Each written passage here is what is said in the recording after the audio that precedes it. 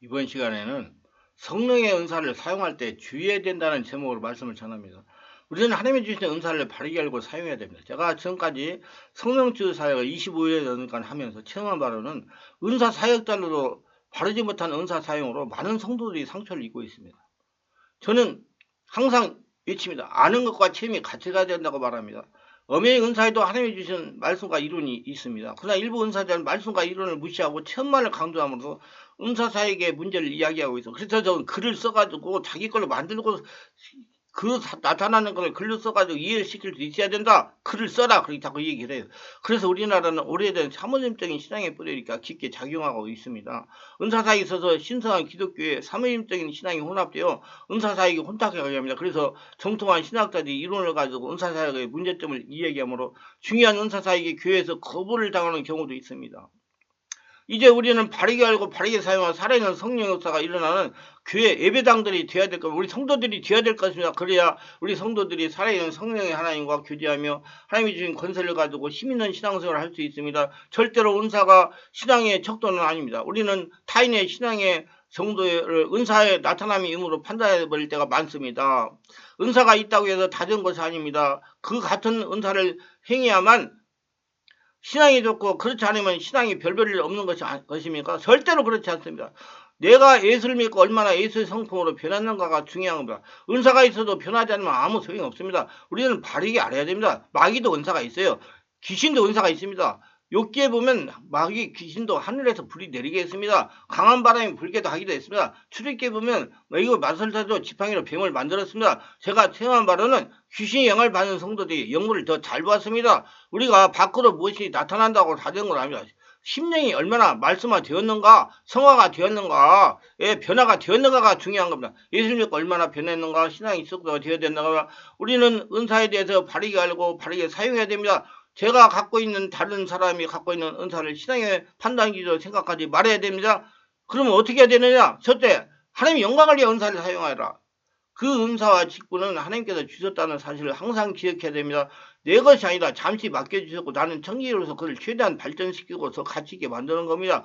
그리고 주신 이에게 항상 감사하며 찬양하는 것입니다. 그 영광을 하나님께 돌릴 때 이러한 유혹에서 벗어날 수가 있습니다. 그러니 나의 삶 속에서 얼마나 많은 찬양이 있어야 할까요? 삶에서 찬양하지 않는다는 것은 하나님의 영광을 내가 취한다는 것과 같다고 할 수 있습니다. 더 많이 감사하고 영광을 돌리는 삶을 살아갑시다. 저에게 은사를 주심에 감사합니다. 나의 덕을 세우지 않고 교회 덕을 세우는 일에 은사를 사용하시고 하나님의 영광을 위해 사용하게 해주셔요 하며 기도해야 됩니다. 다윗과 전면전에 실패한 압살롬이 도망치다가 상수리나무의 번성한 가지 아래 지나다가 머리가 걸려 공중에 매달리게 됩니다. 압살롬이 외모는 출출했습니다.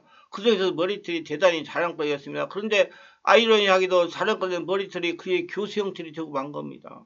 로마서 15장 1절에 보면 우리 강한 자가 마땅히 연약한 자의 약점을 담당하고 자기를 기쁘게 하지 아니할 것이라는 말씀이 있습니다. 하나님이 주신 은사, 재능, 장점이 자기가 높이고 자랑하려고 있는 것이 아니라는 사실을 말해주고 있습니다. 압살롬은 외모로 충출했고 이스라엘 사람들의 마음을 빼앗을 정도로 능력도 있었습니다. 하지만 그것으로 하나님의 영광을 위해 살지 않고 자신의 이름을 높이려 했습니다. 그러다가 비참한 처우를 받고 말하면서 우리의 재능은 하나님의 선물입니다. 그래서 반드시 하나님의 영광을 드리는 데 사용돼야 됩니다. 그렇지 않고 나를 높이고 드러내는 일에 그걸 사용할 때 큰 낭패를 당하게 될 것입니다. 하나님이 주신 재능으로 연약한 지체를 양섭을 채워주는 저와 여러분이 되시기를 바랍니다. 압살롬이 나무에 매달려 있는 것은 처음 발견한 사람은 그를 죽이는 대신 요압에게 보고를 했습니다. 압살롬은 너 그렇게 대해달라는 다윗왕에게 부탁을 하고 있었기 때문에 하지만 이 복을 받은 요압은 손에 창을 들고 아직 살아있는 압살롬의 심장을 창으로 찔렀고 그 부하의 10명도 가시하여 잔인하게 난도질하여 죽였습니다.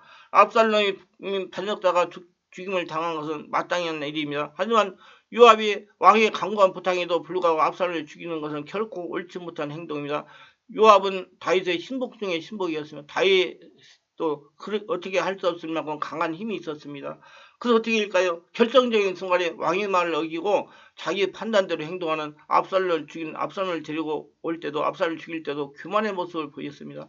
그래도 요압처럼 행동할 때가 있습니다. 우리도 하나님께서 순종하는 삶을 살아야겠으면 하면서 결정적일 때는 자기 마음대로 판단하고 행동합니다. 하나님을 사랑하는 것에 행동을 보이면 알 수 있으면 언제나 하나님의 두려워하고 그분의 말씀에 절대적으로 순종하는 사역자가 됩시다. 주신 은사를 가지고 하나님의 영광을 드러내는 이제 사용되는 저와 여러분 되시길 바랍니다. 그런즉 너희가 먹든지 마시든지 무엇을 하든지 다 하나님의 영광을 위하여 하라. 고린도서 12장 31절. 우리 하나님의 영광을 위하여 은사를 사용합시다. 두 번째, 마음이 항상 새로운 받도록 하라. 기도를 많이 하라요. 첫사랑을 잊지 말라는 겁니다. 초심으로 돌아가야 된다면 하나님은 이렇게 말씀하셨어요. 그러나 너를 책망할 것이 있다니 너의 처음 사랑을 버렸느니라. 그러므로 어디서 떨어진 생각하고 회개하여 처음 행위를 가져라. 만일 그래야지 아니하고 회개하지 않으면 내가 내게 가서 내 촛대를 그 자리에 옮기리라.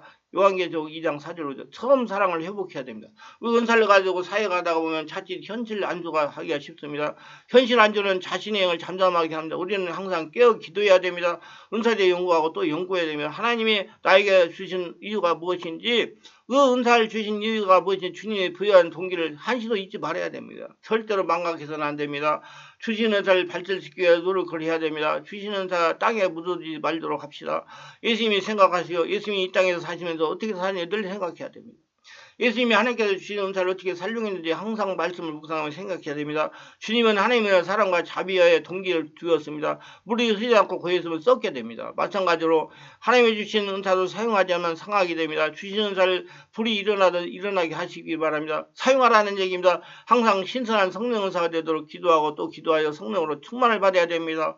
기도함으로 영을 깨워서 주님이 주신 사명을 망각하는 일이 없어야 됩니다. 하나님이 우리에게 주신 사명의 은사를 가지고 영혼을 살리는 일입니다. 우리가 하나님이 부여한 사명을 망각하는 순간 타락의 길로 걸어갈 수가 있습니다. 마음이 항상 새로움을 갖도록 하는 것은 자신을 위하여 그렇게 하는 겁니다. 우리는 하나님이 주는 은사를 가지고 하나님께 쓰임을 받아야 됩니다. 하나님께 쓰임받기 위해서는 기도해야 됩니다. 기도할 때 영이시는 하나님의 성령으로 우리에게 하나님을 맡기시는 겁니다. 하나님의 일을 맡길 때 주여 내가 여기 있나이다 하고 순종하고 나와야 하기 때문에 기도로 깨어 있어야 됩니다. 마음이 항상 새로움을 받기 위해서 무엇보다도 깨어 기도하여 하나님이 자신에게 부여한 사명을 망각하지 말아야 됩니다. 자신이 해야 될 사명이 무엇인지 기도해가지고 성령으로 충만한 가운데 주님에게 문의해야 됩니다. 절대로 타성이 되어서는 안 됩니다. 어제도 이랬으니 오늘도 이럴 것이다. 이건 잘못된 것입니다. 하나님은 그때그때 우리에게 일을 시키는 방법이 다르기 때문에 이를 알아내기 위해서 항상 마음으로 새롭게 하나님께 기도를 해야 됩니다. 하나님의 간절한 마음을 이해하고 감동을 받아야 됩니다. 은사에 대해서 많이 배워야 됩니다. 은사는 반드시 아는 것과 실제여서 같이 가야 됩니다. 그렇기 때문에 은사에 대해서 배울 것이 많습니다. 내가 성령적 사회가 가다 보니까 정말 배워야 할 것이 많습니다. 그래서 책을 많이 쓴 거예요. 세상 의사는 인간의 육체만 알면 병을 고칠 수가 있습니다. 그러나 우리는 육체뿐만 아니고 귀중한 영을 살려야 하기 때문에 세상 의사보다 알아야 할 것이 많습니다. 영적, 정신적, 육체적 모든 분야를 다 알아야 됩니다.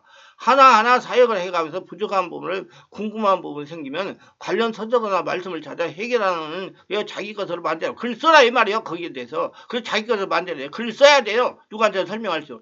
저는 사역을 하다가 궁금한 생기면 지체하지 않고 관련 서적이나 전문가들 조언을 받아 궁금증을 해석하고 한 가지 교재를 만들었습니다. 그것이 지금 저의 큰 영적인 재산이 됐습니다. 저는 이렇게 말합니다. 영적인 것은 배워서 자신의 걸 만드는 것은 천국에 갈 때까지 재산이라고 합니다. 그래서 제가 이제 있는 거 전부 다 이제 저는 지금 솔직한 이 얘기입니다. 저는 영원한 천국 갈 준비를 하고 있습니다. 그거 다 유튜브에 올려가지고 필요한 사람한테 전파하고 갈 겁니다. 그래야 하나님이 기뻐하시죠. 천국에는 그거 안 필요도 없기 때문에 성령 은사를 가지고 사역을 하려면 무엇보다도 학구적인 자세가 굉장히 중요합니다. 왜냐하면 은사사역은 당장 마귀의 전쟁이므로 조금이라도 빈틈이 면 공격을 당할 수 있기 때문에 바르게 알고 바르게 행함으로 성령의 은사사역이 성도들에게 인정을 받아 성도들을 생명력 있는 하나님의 군사로 만들 수가 있습니다. 은사사역과 말씀사역이 같이 가야 강한 하나님의 군사를 양성할 수 있어요. 그런데 은사사역이 말씀사역에 밀리면 살아있는 군사가 될 수 없습니다. 아는 것과 실제 같이 가야 돼요. 그러면 교회가 힘을 잃고 세상에 밀리게 되면 교회가 세상에 밀리면 마귀가 판을 치는 세상이 되고 마는 겁니다. 성령의 은사에 대해 많이 배우십시오. 그래야 자신이 추구하는 은사의 1인자가 되려고 해야 되는 겁니다. 자신이 추구하는 성령의 은사에 대해서 연구하여 정립된 이론을 여러 사람에게 알려서 서로 공유해야 되는 겁니다. 요즘 은사사에 가는 분들이 자신이 추구하는 은사의 이론과 실제 체험을 자신의 소유물로 여기는 경우가 많습니다. 절대로 자신의 소유물이 아닙니다. 서로 공유하며 더 깊이 발전을 시켜야 됩니다. 기도 한 가지만 놓고 보더라도 그렇습니다. 여러분 기도는 간단한 것 같으나 기도해 보면 그게 간단한 건 아닙니다. 그리고 기도에 대해서 여러 가지를 배워야 됩니다. 그리고 체험해 봐야 돼요. 그리고 바르게 기도를 해야 됩니다. 지금 교회에는 기도가 바르지 못하기 때문에 기도는 많이 하는데 변화된 삶을 살아가지 못하고 있습니다. 많은 분들이 치유를 받지 못하고 있다는 거 기도를 잘못해가지고 고로 전문가가 되도록 합시다. 치유사역도 그렇습니다. 치유사역에 성경을 공부하는 건 중요합니다. 예수님이 치유사역 공부합시다. 도덕행전에서 제자들의 치유사역 공부합시다. 믿을만한 학자들의 책자를 통해 공부합시다. 그래야 정확하게 치유사역을 할 수 있습니다. 정확하게 치유사역으로 성도들에게 공감대를 형성하여 성령사역이 발전할 수가 있는 거예요. 무엇보다도 은사사역이 성도들이 환영을 받아야 돼요. 그래야 성령 은사사역이 발전할 수가 있어요. 왜? 안 보이기 때문에 성령사는 자연의 성령에 강한 성들이 될 수가 있는 거야. 지금 성들이 힘을 잃어가고 있습니다. 이건 모두 다 성령 은사 사역을 발휘하지 못한 연고입니다. 발휘 못한 성령 사역의 일부 목회자와 성도들에게 환영하지 못해서 심지어는 못하게 해버리는 겁니다. 모두 은사에 대한 박식한 분들이 되길 바랍니다. 박식에 대해서 하나님에게 그래 오래오래 쓰임받으시기 바랍니다. 훈련받을 기회를 많이 찾고 구하라는 겁니다. 예수님은 가르치고 훈련하세요. 배우는 것이 중요하지만은 훈련 가운데 얻어지는 것도 중요합니다. 저절로 은사사역자가 되는 거 아니에요. 훈련하고 준비하는 것은 기회 갔을 때 나의 것으로 만들기 위한 좋은 수단입니다. 오늘 우리에게 주어진 하루는 어제 죽은 사람이 간절히 원하는 내일이었다는 것을 그런 말이 있습니다.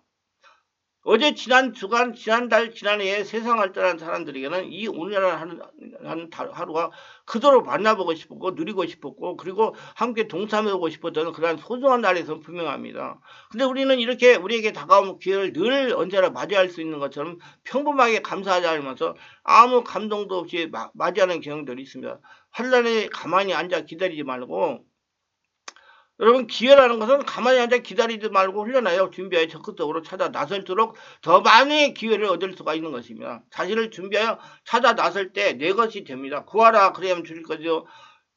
찾으라 그러면 찾을 거죠. 하는 말은 앉아서 기다려라 그러면 찾을 거다. 그런 말이 뜻이 아닙니다. 에머스라는 분은 이런 말을 했습니다. 우리는 행운은 우리에게 자연스럽게 다가올 줄을 아는 것으로 알기 쉽습니다. 그러나 그 행운은 누구에게나 더 많이 따르느냐, 더 많이 연습하고 더 많이 훈련하고 더 부지런히 뛰어다니는 사람들에게 그 행운이라는 것이 더 많이 다가온다는 겁니다.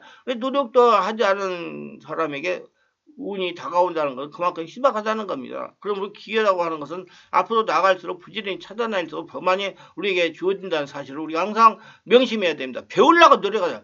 죽도록 늙어서 천국 갈 때까지 배우셔야 됩니다. 주차장에 들어갈 때 나올 때 자동차 차단기가 있습니다. 앞에서 가로막고 있으면 더 이상 뒤에서 나올 수가 없습니다. 특별히 우리가 기회를 찾아 내가 앞으로 나가지 않으면 안 됩니다. 내가 앞으로 나가지 않으면 내 뒤에 그대로 정체될 수밖에 없어요. 뒤에는 나와 연관성 있는 사람도 있기 때문이죠. 그런데도 우리는 오늘 계속해서 기회를 기다리고만 있습니다. 때가 안 됐다고 그래요. 하나님 때가 안 됐다고. 하나님 때는 여러분 해고했을 때 때가 돌아오는 겁니다. 그럼 도대체 왜 이렇게 기회가 오지 않은가라고 한탄하면서 살아가고 있는 것이죠. 기다리지만 말고 훈련에 자신을 준비하시기 바랍니다. 훈련하고 준비하면 기회는 때는 오게 되어 있습니다. 전문성을 개발하시길 바랍니다. 은사사역의 전문성이 사역입니다. 전문성은 이론을 연구하고 실제 훈련할 때 개발되는 것입니다. 고로 은사사역의 훈련이 만들어지는 것입니다. 그렇기 때문에 훈련받은 기회가 있으면 어떤 기회를 내가 참석하여 자신의 온전한 헌신하도록 훈련을 해야 됩니다. 그리고 이론을 정립해가지고 글을 써가지고 누구한테도 설명할 수 있도록 준비하시길 바랍니다. 말씀이 유익하셨다면 구독, 좋아요를 부탁합니다. 제가 설교에 동영상을 유튜브에 올려 필요한 데 전파하는 데 큰 힘이 됩니다. 감사합니다.